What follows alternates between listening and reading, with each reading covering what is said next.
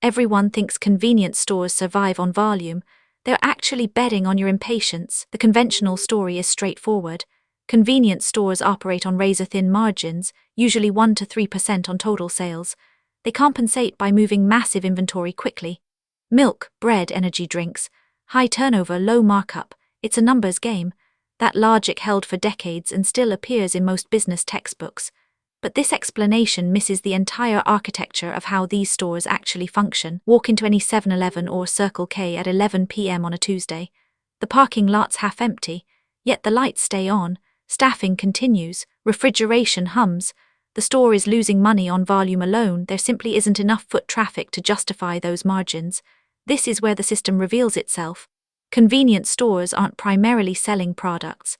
They're selling desperation. The economics only makes sense if you understand what they are actually pricing. Product placement isn't random. The milk sits in the back corner.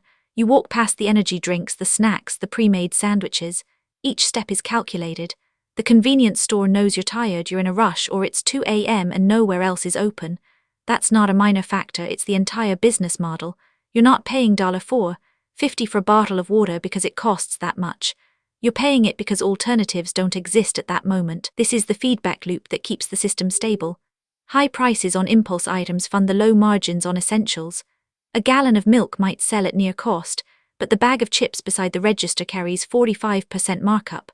The store isn't optimizing for the bulk buyer, they're optimizing for the trapped customer. The person who needs something now, not tomorrow, not at Costco.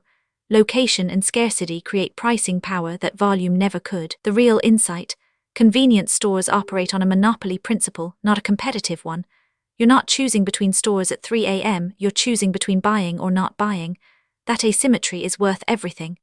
Rent, labor, utilities, they're all covered by that premium on items you buy when you have no choice.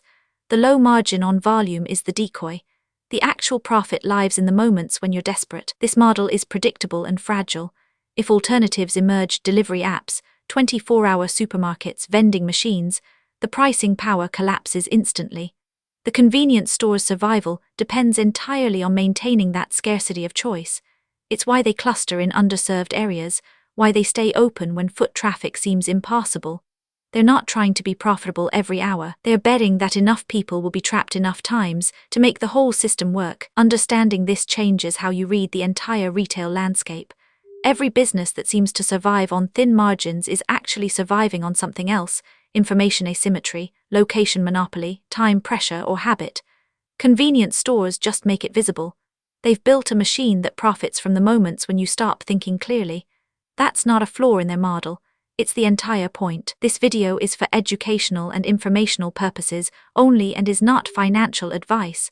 Always do your own research. If you want to understand the hidden economics behind the businesses you interact with every day, subscribe.